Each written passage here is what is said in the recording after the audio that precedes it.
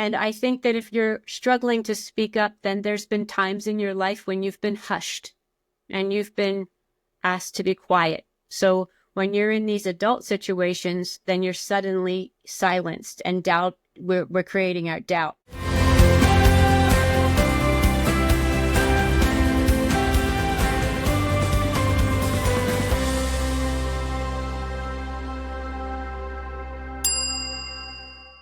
Hello, everyone. Welcome back to Frustrated to Fluent. I'm your host, Devon Bruce, and this is the podcast where we help non-native English-speaking healthcare professionals communicate effectively so they can thrive in their careers and also communicate effectively with their patients, colleagues, and staff.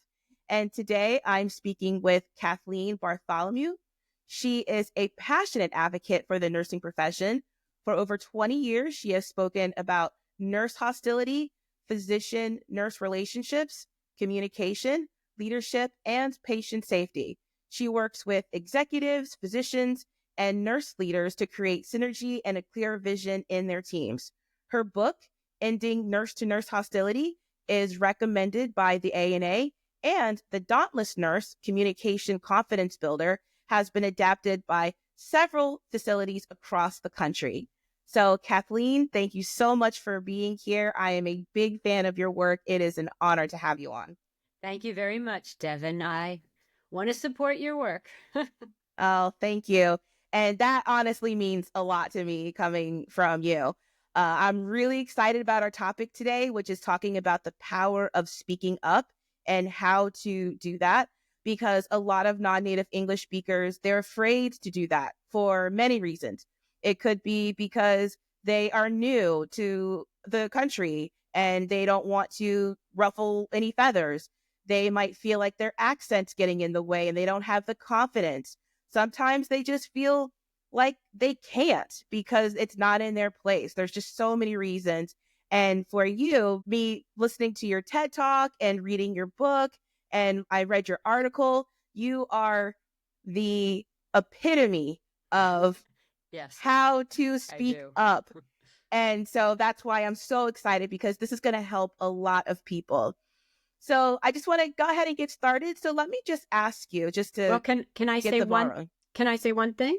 I'd Yes, like to please. start. I'd like to start. You just listed all the reasons why non-native English speakers might not speak up, and I just want to tell you that I've surveyed over 5,000 healthcare professionals, and the majority of them are native speaking English, and they have the exact same reasons. So I think it's really important at the start to go on the assumption that, all people, really. I mean, when I ask 5,000 people, are you speaking up? Are you talking to the person? Or do you have a critical conversation that you want to say? They all say yes, but they're not having it for all the reasons you just gave. So I think it's important so that your audience doesn't feel alone or stigmatized, or like this is a category where we can't speak up because of the culture. Heck, nobody can, because the greatest fear that we have is that we won't belong, and everybody wants to belong. Oh, I love that. What a good way to start this, because that's something that I always try to let them know, is that their voices are valid, their voices are heard, their voices are important. And so the fact that you're starting off saying, hey, you are not alone, everyone feels this way in some capacity, whether or not they're a native English speaker or a non-native English speaker. So I love that. So thank you for bringing that up at the beginning. That's fantastic. It sets the Yes, tone. I mean, like, we're it not does. talking about a special class that needs special instructions. This is the words to everybody, because everyone's afraid to speak up. Love it. Most Love people it. are. Most people. I shouldn't say everyone. Okay, so let me ask you this. I know this might seem like a question that everyone would know, but I did want to start this just in case. How important is clear communication when it comes to advocating for patients or yourself in the healthcare workplace? Well, I think it's a matter of life or death. Absolutely. Little tiny misunderstandings from a doctor's not wanting to continue in order to wanting to continue in order can end in death. So communication is vital, because that's how we share the information about the patient, and people make assumptions. So to clarify those assumptions, that's why many people teach the concepts of high reliability. So the biggest tip would be a read back. When somebody gives you an order or somebody tells you to do something, okay, so you're saying, you want me to, and you read it right back to them. I'm to discontinue the order on 32. You want this patient, okay, so you're saying you want this patient to move around more. No, that's not what I'm saying. So there's an opportunity for somebody to correct. So you validate. It's called a read back. Okay. Now, are there any other strategies that people can use to ensure that their message is understood, especially when dealing with complex or sensitive topics? Sure. I think to be clear, well, let's just remember communication is about the relationship. Okay. And the most important thing is to stand in your power and know what you're doing. And if you don't know, then ask for help.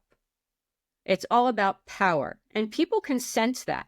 Think right now, if you're, it's so funny to me that I was just speaking to a group of teachers yesterday. And I said, if you do not like somebody and you've never told them that you don't like them, they know that. It's not a secret.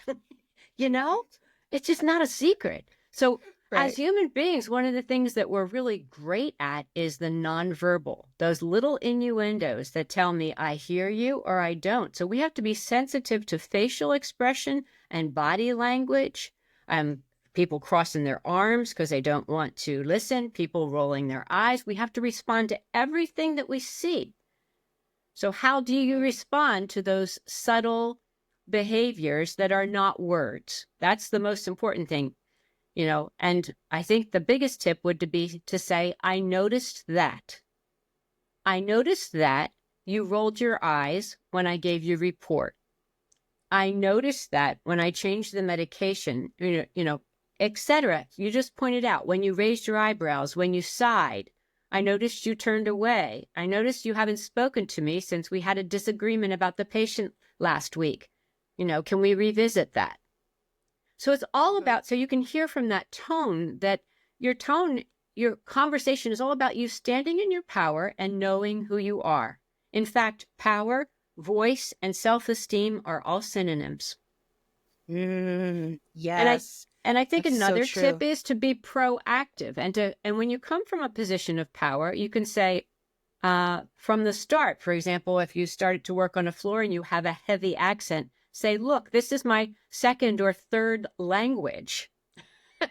So so if I'm just learning my second or third language. So if I make any mistakes, please don't hesitate. Or if there's any errors, there's so many innuendos, please don't hesitate to correct me or to ask for clarification. Keep the information short and to the point. No extras. We don't need all the flowery stuff. We don't need the Yes. whole big story, So in some cultures, you want to give the context. No, just cut her dry. Pretend you're a robot, you're AI, you're ChatGPT for just a minute. Answer the question. And that's something that I focus on with the academy that I run, because we don't teach them English. They use it every day in healthcare. They know the language. However, a big part of that language gap are the things that you were talking about, not using the big fancy $1 million words or the flowery language when you don't really need it, using clear, concise language, getting straight to the point. And then also not feeling the stigma of their accent, or if there is a communication breakdown, not feeling so afraid or feeling like you failed or you're less than when those things happen. Because going back to what you said at the beginning, this happens whether you're a non-native English speaker or not. Right. And don't forget to look people directly in the eye. That's how, when you stand in your power, you look people directly in the eye. Yeah, that's so true. That means, here I am. Mm-hmm. And that's something that they also struggle with, because, again, trying to make sure that they're not ruffling feathers or rocking the boat is something that I've noticed people really do struggle with. I'll never forget my interview with Bing, because I scheduled an interview to hire her, and instead of, she brought her friend with her, and I'm like, who's this? And she goes, this is my friend. She also needs a job. And I'm like, who brings a friend to a job interview? You know? And I thought, okay, well, if they're not going to play by the rules, I'm not going to play by the rules. And I did have 2 positions. So I said, I'll give you both jobs if you stay for 10 years. So they're still laughing. It's been 20 years and they've been charged, stepped up to charge nurse. So the hard thing was stepping up to the charge nurse position where you really have more authority. And they weren't used to that. And it was difficult. The other thing was difficult was asking for feedback. One of the things when you are training new people, I say, what did you like that I did well today? And what would you like to see more of tomorrow? Oh, they had a hard time with that. Like, what would you like to see more of? It's like, and it's not really them. It was human beings who are in our world. We're expected to be perfect. In fact, I have another funny story. I literally said to a CEO, you can hire me to change the culture in your organization, which is incredibly hierarchical, or you can require that every single person in your organization ask 2 people, what do you like that I do well? And what would you like to see more of? And the CEO said, I'll pay you the $10,000 because he didn't want to do it. He didn't want to hear what people would like to see more of. So we're all caught in this drama, And so I think the focus has to be ourselves and our relationships and being open. People know if you're open to talking to them or not simply by your body language. Absolutely. That's something that we also try to focus on in the academy are those nonverbal cues, because it can really show in your aura, in your vibe, and the way that you carry yourself if you are not confident. And a lot of that stems from what you think they know. Okay? Exactly. What you're thinking, what you're feeling, they already know that. As a mother, I could come into a house. I was away for the weekend and I come in and the house looked impeccable and I said, what went on here? And the kids are like, wait a minute, we threw all the beer cans away. There's nothing there. The place has been Febriced. There's nothing. What is she talking about? And you can just pick up the energy if they did something they're not supposed to while I was gone. It just hangs in the air. It does. It does. And that's exactly why I feel like a lot of non-native English speakers feel so stuck in this, because I feel like a lot of them know that too. And the fact that they feel like they can't fix it is like a heavy weight that just is on their shoulders. It literally keeps some people up at night, which is why I'm so passionate about helping them. Well, let's talk a little bit more about that. It not only keeps people awake at night, it makes you physically sick.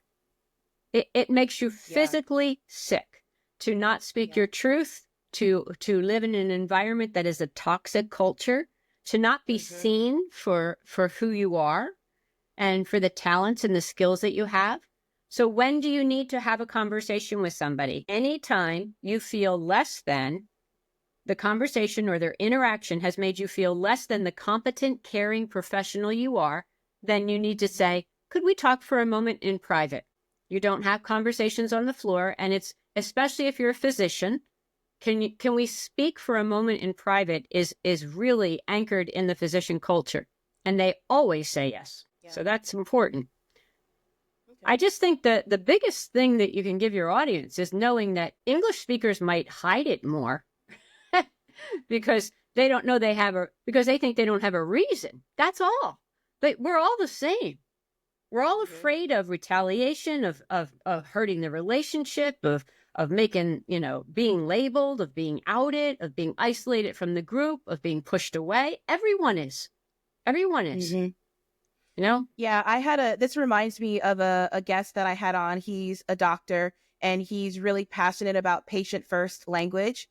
And he was telling me that he felt like non-native English speakers had the advantage in situations like this because they're so aware of how they sound, how they speak. They want to come across a certain way that it's easier for them in some ways to fix their problems because of their level of awareness. Whereas English speakers may not have that level of awareness. And I thought that was so fascinating to hear. Yes, I agree. Yeah, that's so interesting. Now, segueing into that, how can a non-native English speaker empower themselves to have a voice in a team or in an organization? So I know you said like bringing someone aside, but how can they really take that step to Okay, give so themselves that voice? when you ask for feedback, I gave you an example of feedback. When you ask for feedback, you're hearing what people, you're opening a door to hear what people are already saying and thinking anyway. And the research shows that seeking negative feedback, that's what it's called, is people are promoted and empowered and have positions of leadership more when they ask, what would you like to see more of? Because they are coming across as an authentic, resonant leader, somebody who wants to constantly improve. So that is very important. So always stay in your power and don't let anyone, make you feel less than in any way. Well, people don't make us feel less than, but the interaction does. If somebody rolls your eyes at you when you say something, it creates self-doubt, So go to the bathroom, look in the mirror and say, I am, and say your name 5 times and walk right back out there and say, I noticed you rolled your eyes when I said that. Because I can tell you one thing, they didn't know they did it. That's the second thing to remember. These are learned behaviors. I never met a person in the world who thought to themselves, I think I'm going to raise my eyebrows. I think I'm going to sigh. Right. I think I'm going to, roll my eyes. Yep, that's what I'm going to do. They don't think that about these things. They learned these behaviors in middle school, perfected them in high school, and never dropped them. Especially if you're women, because women, this is part of the socialization process. In boys fight, and then they get in trouble, and they're in the principal's office. Girls pass notes, very passive, and they never make it to the principal's office because people don't see what they do. So true. You are absolutely right about that. And I love how you are so unapologetic about speaking up. That is how people change, is to just call it out for what it is. It's okay to do it. Even though a lot of people think it's not okay, it is okay. So even if you're a nurse and you need to speak up to a doctor, or if you're a doctor and you need to speak to your higher ups, it doesn't matter. Speaking up is okay. I think, and I'd love to know your thoughts on this. I think a lot of people, especially non-native English speakers, feel like the consequences or the potential consequences may not be worth the risk because of their positioning. Dr. Brian Sexton's research at Duke University validates that. I mean, so everybody decides they're not going to have the conversation because they do a risk assessment. So there's a couple things to remember. First of all, say what you see, but you're not responsible for fixing it because you saw it. If you're a manager or a leader or, a physician, if you say what you see, I noticed that the start times in the OR, are never adhered to. Doesn't mean you have to fix the start times in the OR. Just saying it out loud. That makes so much sense. Now, if you could give one piece of advice to someone in healthcare who's listening right now and they're struggling with speaking up, what would that be? If you're encouragement, I think it's about self-esteem. And I think that if you're struggling to speak up, then there's been times in your life when you've been hushed and you've been asked to be quiet. So when you're in these adult situations, then you're suddenly silenced and we're creating our doubt. So let yourself go back to whatever age it was when you were not seen and heard and asked to be still, because that's the inner child. These are opportunities for you to heal that part of yourself that was wounded, because at some time in your life, because it's not normal to be afraid. You see a 2 or 3-year-old or a 4-year-old that's afraid to say something? Heck no. Right. Why do you have one arm? My granddaughter said to the man, right? Nobody tells them not to do it, not until that happened. But anyway, right? So there's times in our lives when in school, sometimes it happens in school, we're not validated, or in families, or with older siblings, or in the culture where, in some cultures, children are to be seen and not heard. So it's so true. So you're if you lack voice, then you lack self-esteem. It's a self-esteem issue. It's not because you can't talk. It's not because you don't know what to say. It's because this is triggering something that happened before. Right. And they need to deal with that. Yeah, because it's an opportunity for healing. It's an opportunity to healing. Just go into the bathroom and sit down and talk to that little 3-year-old and say, look, you were quiet then, but you're okay now. I got this. I know what to do. And every time you do, I'll never forget the first time I asked my charge nurse we had a volunteer at the nurse's station, and we all wished he wasn't there. He was supposed to be helping, but he'd never stopped talking. And she came to me and she said, do you think that you can tell Gabe to not talk so much? And I said, what a wonderful opportunity for you. And she was like, oh, I hate that you said that way. I mean, I was like, really? It's a volunteer. And this is where she's now the manager and runs the place. Okay. But you have to practice. You practice. And if it's a difficult question, I take the book, The Dauntless Nurse, because it could be the dauntless anything, teacher, doctor. It doesn't matter. The tips that that I teach in the book are good. And I've written down on an index card before I go into a meeting, my key points. I use the DESC model a lot. Describe. You begin by describing what you see. You explain the impact, state what you want, and the conclusion if nothing changes. So I'll give you a quick example. I'm late for the shift because my car had a flat tire or something happened. Babysitter didn't show up. I come in to report and I hear the tail end of Margaret saying, Kathleen's such a slacker. She always dumps on the next shift. I hate following her. What do? Well, you wait till after report. And then you say, Margaret, can I talk to you for a minute? How do you begin that conversation? You simply describe it like you're a camera. When I walked into the room, I heard you say that I was a slacker and I dumped on the next shift. You go straight to your heart. How did that make you feel? I was devastated when I heard that because I would never intentionally leave work for somebody else to do. State what you need. I need you to tell me about the things that you're finding so that I can correct them. And you don't even have to tell me verbally. You can just put them on a sticky and hand them to me, because the bottom line is I want to be the best possible nurse that I can be, and I can't get there without the information you have. Can you give me that information? Do you feel how that's coming from a position of power? Everything about it, right? Mm-hmm. So when you learned, and I've gone into some difficult meetings where I've written it out before I've gone in. There's nothing wrong with that. Nothing at all. Wow, that's a great piece of advice and also actionable tips that people can start implementing today to start finding their voice, because their voices are valid, their voices are important, and they're brilliant. And we all benefit when we can see your brilliance. So it's not even just about that. Yes, we do all benefit, but in order for our patients to be safe, you have to have trust. And you can't have trust. Yes. Dr. Phelps' research shows unless everybody pays by the same rules and everybody does their fair share of the workload. So when people break these rules, there isn't trust.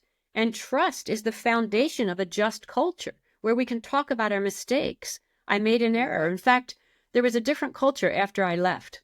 When I was the manager, I was very open about mistakes and errors. When then I became a staff nurse on the same floor that I managed.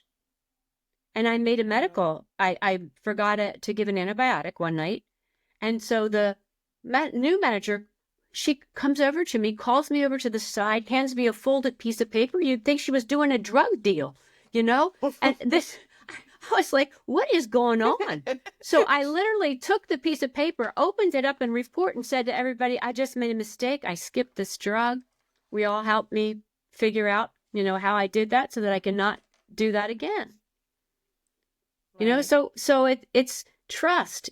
We're trying to be humans together, humans to human. We're all imperfect. We all make mistakes. Nobody knows. People come from their past. Do you know how long it takes when you meet another person to decide if they're in your group or out? 170 milliseconds. Okay? Yes. So that's not even a thought, which means that you're rewired. We wire from our frontal cortex to our amygdala. So what happens in lots of these conversations that you're talking about in these examples where people's self-esteem is low and they don't want to talk, they get into fight or flight instead of their rational mind. Another way that I do that is I pretend the patient is my mother or my daughter, and I have no problem speaking up. When it's particularly tough, I had a doctor come in and he wrote orders, 2 pages of orders on a 90-year-old woman whose core body temperature was 95 degrees, I think it was. She was in a, body hugger, and the family, you could tell by the look on their faces, they were like, wow, we thought she came here to die, not 3 pages of orders. And how you have that conversation is, doc, if this was my mother, I wouldn't be doing this. But since the doctor didn't listen to me, I went into the family and said, I just want to let you know that no nurse on this floor would want their mother to see this. And that opens the door for the family to say, we were shocked. We don't want all of this. Yeah. But they couldn't say it to the physician, right? Right. So there's every minute is a part of the story.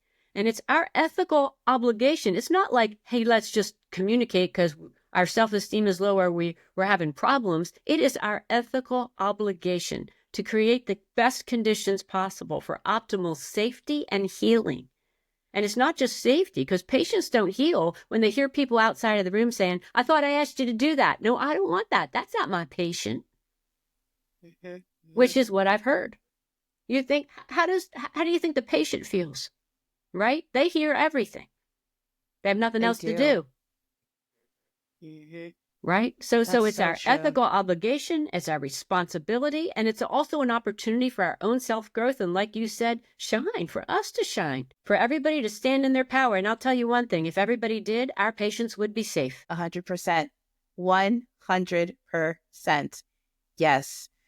Okay, on that note, Kathleen, thank you so much. You're welcome. Has been a really good, amazing conversation. I know that people who are listening are going to feel empowered to speak up and just start taking that action. This is why I do what I do. And this is why I love talking to amazing people like yourself who are so passionate about their line of work.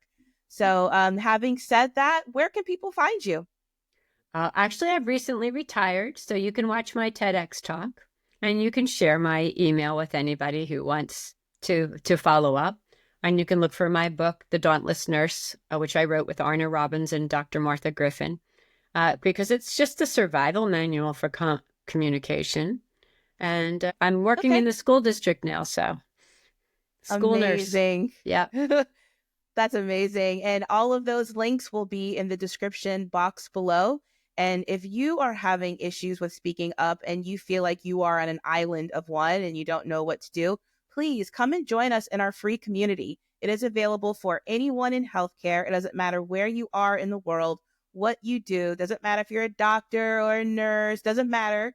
Come and join us so that way we can help you gain the skills you need so that way you can also have the power to speak up. So having said that, thank you so much for tuning in, and I will see you next time. Take care.